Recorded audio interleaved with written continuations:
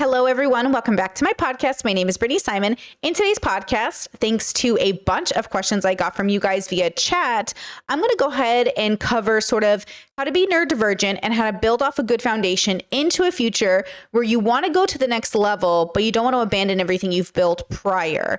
So we're going to talk about past, present, and future. And I'm going to utilize these comments I got from chat. I had saved them and I don't even remember when I was asked them, but they're really good questions about how do I grow into a better person without abandoning the things I've built before? How do I become the person that I'm meant to be while being married or having a partner or taking other people into consideration? As you guys know, I'm on a journey of my own where I'm in a transformation and I am married. I do have friends and family. I have a whole life that I've built for myself. You know, how do we all move into the future, become and change as different people over time without abandoning the things that we've created? I think it's the language around it that we have to change. So the word abandoned, are we abandoning or are we doing something new? Are we doing something new at the expense of something we've created? Or while building and taking into consideration the thing we've built before, are we building on top of that? So I think the language here is going to be our key tool. I have my notes here, and based off of these notes and the questions that I was posed, a lot of it is around the uncertainty of moving in a direction while considering the extrospective, the things outside of ourselves. So introspected the self, extrospected everything outside of ourselves.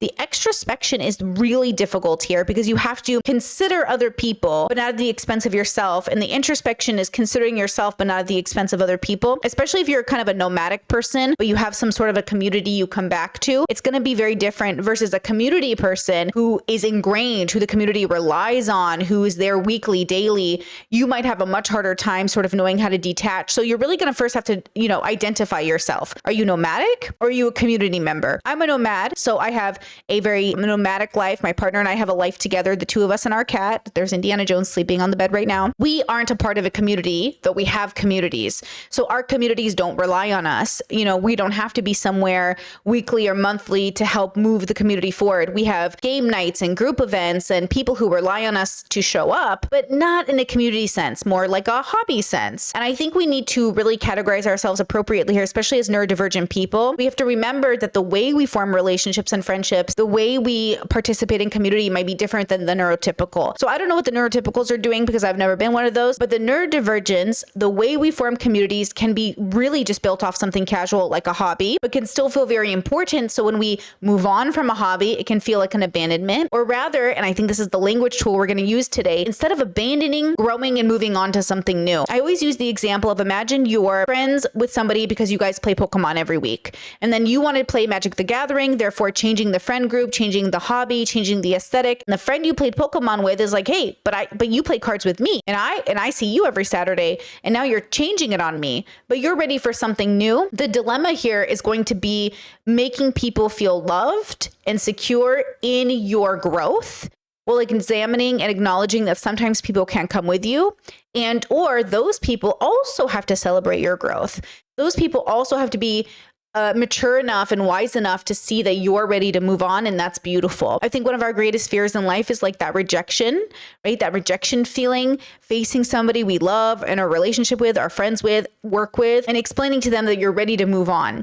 I've worked so many jobs in my life, and telling somebody that I'm quitting is a difficult process because some of those people grew attached, which I don't blame them for. But I think what I've always appreciated is when people have congratulated me on my change and when they have been encouraging, even if it hurts them in some way, knowing that their schedule will change, to be optimistic for my future and then for theirs, of course. So when we're built off of a foundation that's strong and out of love and consistency, it's much easier to grow into a person that knows how to balance the transition while still acknowledging that it's not going to be without harm in quotations here. So if you're a community person and your community relies on you, there's going to be a level of harm, which is that transition period of them not being able to rely on you in the same way.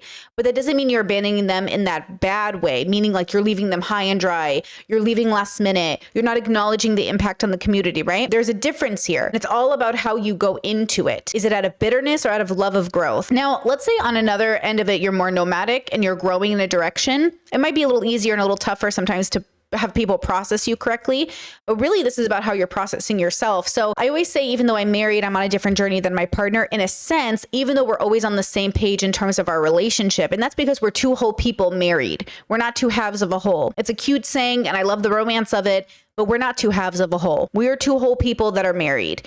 And so those whole people have their own journeys, their own mechanisms for growth. And as long as the foundation of our marriage stays solid, any growth we do as people will only add and benefit the relationship. And so if you are single and you are in a community or a nomadic situation, anything you do, as long as the foundation is solid, will contribute to the foundation you've created instead of taking away from it. The fear you have, the fear anybody has when they are changing, is that the foundation that they're changing on was so wobbly, it's going to break under the pressure. And sometimes it should. I'll tell you this, throughout my life, and this is personal, right? Anecdotal. Every time I hit rock bottom, it was supposed to happen. Because if I had tried, and I did try, to build my future off those flimsy foundations, it would eventually crumble under the pressure, as it should have. Once I turned 30, I'm 35. Once I turned 30, I started to really start from scratch once again and build a very solid foundation. And that solid foundation, in my opinion, the reason it's been so good for all of these years is because it was healthy. It was made out of good wood, okay? It was made with the right screws. It was made with the right tools. It was made with the right kind of love and respect, and it was made with the right kind of values. So every time I make a transition in my own life, every time I tell my family and friends, I'm going to like hyper focus on this topic. I'm going to deep dive into it. I'll be kind of MIA in the way that you expected me. 99% of the people in my life get it and transition really smoothly. Those who don't, that's between them and their therapists, because ultimately you can't hold your friends hostage when they're growing. And you can't hold yourself to those friends that won't grow. So the fear here, I got these questions, right? How do you keep balance? How do you keep balance while in transition? That's a great question. Practice makes permanent. You practice, you try, you understand you will move out of sync. You will be out of balance. And that's to open up space for that future version of yourself. Now, if you're a person who never changes, and one of the questions I got is, could you give examples of people who never change? It's hard to give an example because on the macro of someone's life, people do change over time. But on the micro, I think we've all had family members or people in our life, or maybe even moments of our own lives in which we've noticed a level of stagnation. Every year you expect them to grow or mature or build a better foundation, and still they're in the same spot. I'll give you an example I've given before on stream. I went on a date with a person during lockdown, a very nice person. They were 30, and I asked them what had they been doing for 10 years. And they said nothing, that for the last 10 years, they had done exactly the same thing they had done out of high school. And I ended the date early and I moved on, because with peace and love, it's been a decade and you have nothing to show for it. No growth, no interesting books read, no documentaries watched, nothing traveled, no interesting anecdotal things about your life that could contribute to you showing some foundational growth, nothing, right? And I think that's interesting. It's not a judgment of this person, but it's a note to self that I couldn't add this person into my good foundation because they didn't have one themselves. So when we create family, friends, connections, we want to make sure they also have good foundations.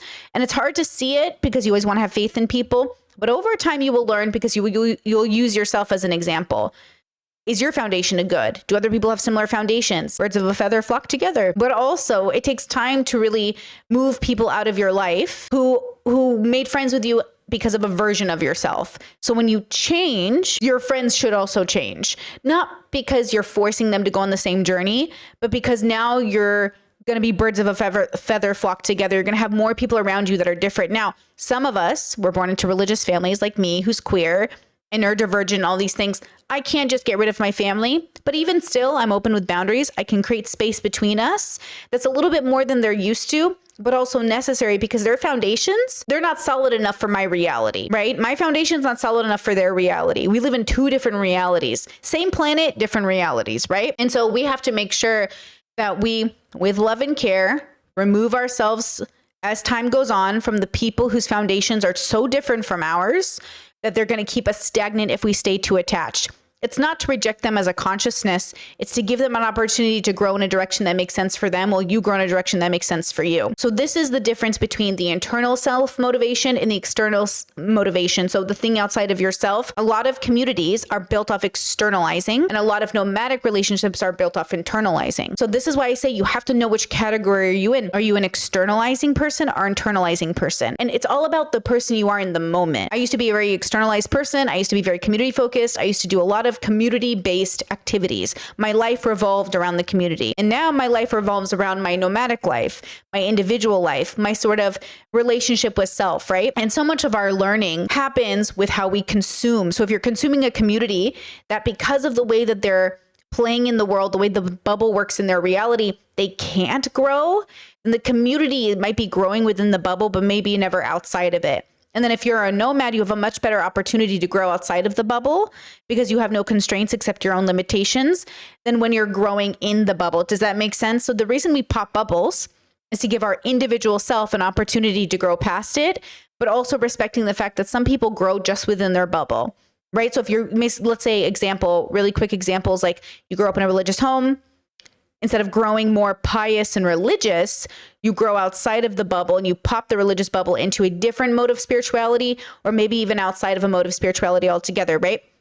The idea is like you can stay in your religious bubble you were raised in, and you can become more pious and more religious and more disciplined and more ingrained in the religion. You can have a beautiful relationship with it that's deep and profound within the religion. Or you can pop the bubble and have the same relationship, but outside of the religious bubble, sort of. So the capacity of the bubble is dictated on your relationship with it, right?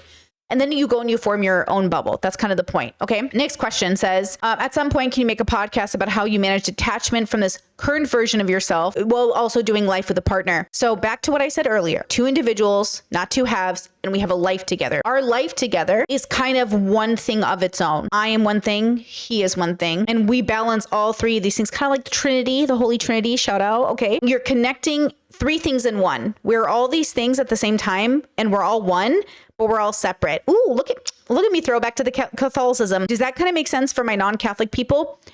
If you grew up with the Trinity, it might be confusing to be 3 persons in one, but that's what marriage is like for us. We are on a team. We are one team, but we are 2 people on one team. So we have to respect the fact that we're individuals on a team. And so when we're moving through our life, we're each fulfilling our own calling as singular people, and we're fulfilling our calling as a couple.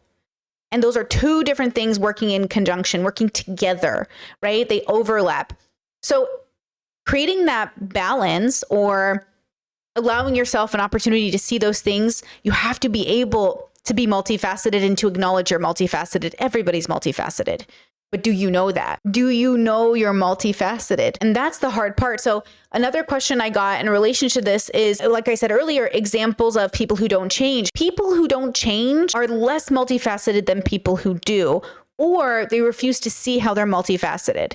In the same way that I am a mother. Oh, whoa, hello. That was the wrong word. In the same way that I am an auntie, a sister, a daughter, a lover, a YouTuber, XYZ, I am multifaceted. I am all of the Brittnys. And yet, even outside of those identifiers, I am something else. I am the whole of all those things. We aren't just one thing. And that's what's so beautiful about existing, is like you're not just one thing. So when you talk about balance, you talk about who I'm going to be today, who I was yesterday, and who I will.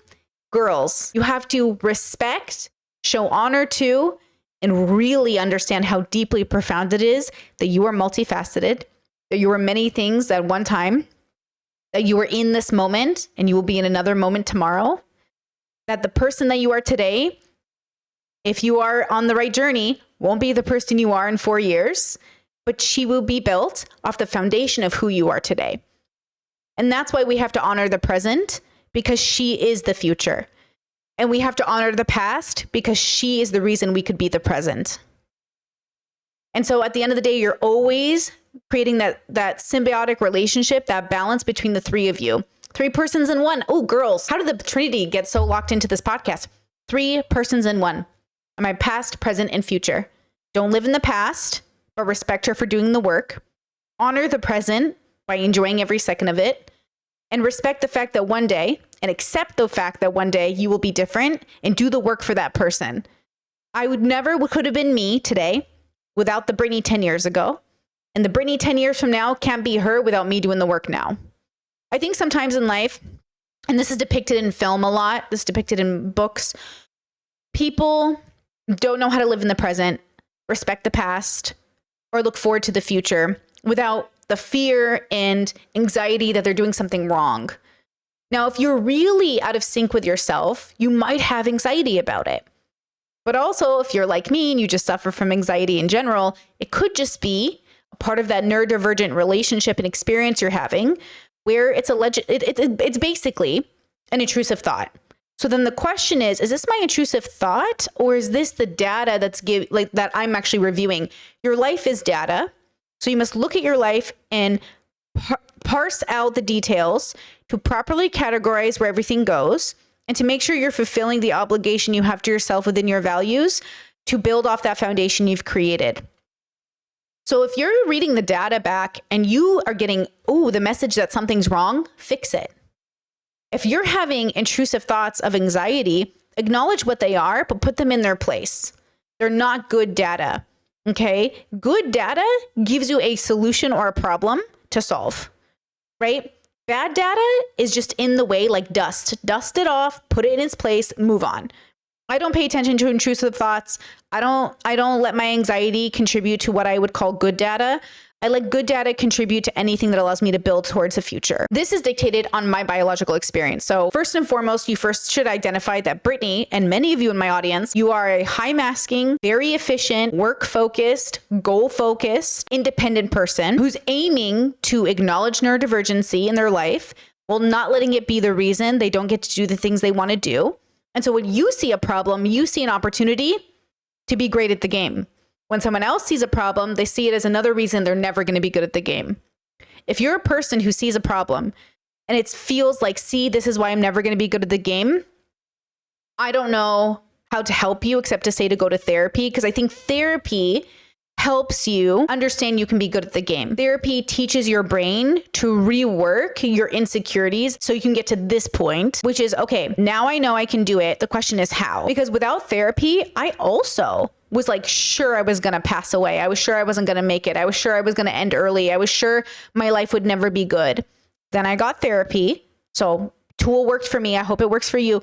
And once I realized, wait, I can build off this intrusive thought that I was basing my life on, I don't have to listen to it. Oh, okay. We're going to win this game now, girl. Now I had the tools to understand I was getting game over every time because I was mixing up my A and B buttons. Okay. Well, now I know A from B. And I know which one kick and punch is, and I know which one jump is. Now I can beat this video game, right? The idea and the hope when you listen to these podcasts is it's going to hit your brain in a way that goes, oh, that was my life. And I don't want that to be my life. I want it to be different. I'm assuming you're watching my channel because you don't want to stay stagnant. Because who else would be watching my channel if they were comfortable where they were? Now, how do you build yourself such a solid foundation that you are comfortable where you are, but you're ready for something new? So if you've been watching the streams, you've heard me say this a bunch of times, but I got to say it here in case you're not watching the streams. I am in a transition in my life. I am changing. And one of the ways I think about my life, because I'm I love the visual, is I've been for the last 5 years comfortable. Oh my God, I've been so happy. I've been thriving in this beautiful lake. I've been vibing in the forest. I've been in this oasis of gorge. I've just been living like a happy, happy person, right? But recently, it's like I looked up and I noticed this big, beautiful mountain that I've never noticed before. Now I have access to it. Now I have enough tools in my arsenal to be like, oh, I've never noticed that mountain. I would like to climb it. So now I'm on my own personal journey of climbing this big, beautiful mountain to get to the peak. Right? And now I don't know what is at the peak of this mountain. I just know that I'm meant to do it. I can feel myself being called to it. I'm leaving behind this beautiful oasis to reach for another beautiful oasis that it's the next level of my journey. And I'm so excited about it. But look, it's not about you. It's not about my husband. It's not about my life. It's not about anybody but me. Well, I guess it is about my life, but it's not about the life that's being perceived by others. It's about me transforming my life into a different one that I'm perceiving, and I'm sure will be perceived by others, but I know what I'm doing. I'm not trying to get to the other side of the mountain. I'm not trying to go around the base of the mountain. I'm trying to get specifically to the peak. And I can tell this is my calling. I know what it will represent, right? A transition into my 40s, an opportunity to kind of be more of the adult in the room.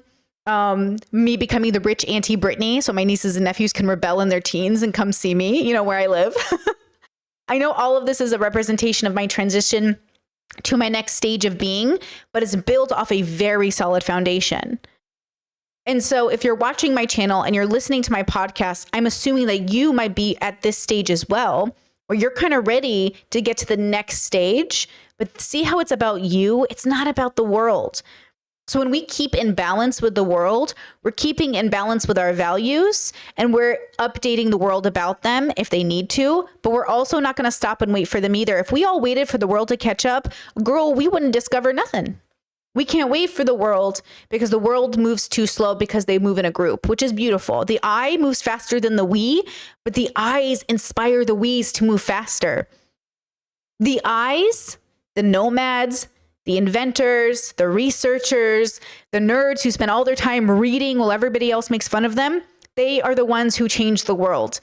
And they're the ones who inform the populace, like, hey, if the majority of people were doing these things, then it wouldn't be like quite an anomaly. Now, I'm not saying that I'm like this great inventor, you're this great inventor. I'm saying we are the great inventors of our life. We are the thing in our life that is basically that feeling that I am inventing or discovering electricity, right? Like I'm discovering something about myself. And so it moves me forward and moves everybody else around me forward, because the healthier I am, the more functional I am, the better I am at my job, everyone benefits. My partner benefits, my cat benefits, my siblings benefit, everybody benefits. Because we're focused on that 6-foot radius. That 6-foot radius around us of who we can influence. And you're a part of my 6-foot radius in some ways because you are watching my podcast. So I have to grow for you as well, because not because of you, because of me, but you benefit. So it's not that I'm growing for you, but you do benefit from me growing. Better content, better thoughts, better tools. So the good news is that when you build a good foundation, it can push you into a greater future, while acknowledging that the present is pretty great too. I'm very comfortable. I really like my present life. Here's the crux of it. When you're comfortable, it's great. When you're too comfortable, it can lead to almost like apathy. It can lead to stagnation. It can lead to that negative, daunting, scary feeling in the back of your head. Like, what am I doing next? And the good news is that you can always do something different next. You don't have to keep doing the same thing you've been doing, even if you feel like you're really successful at it. Even if everyone around you is like, but you're so successful, why would you change what you're doing?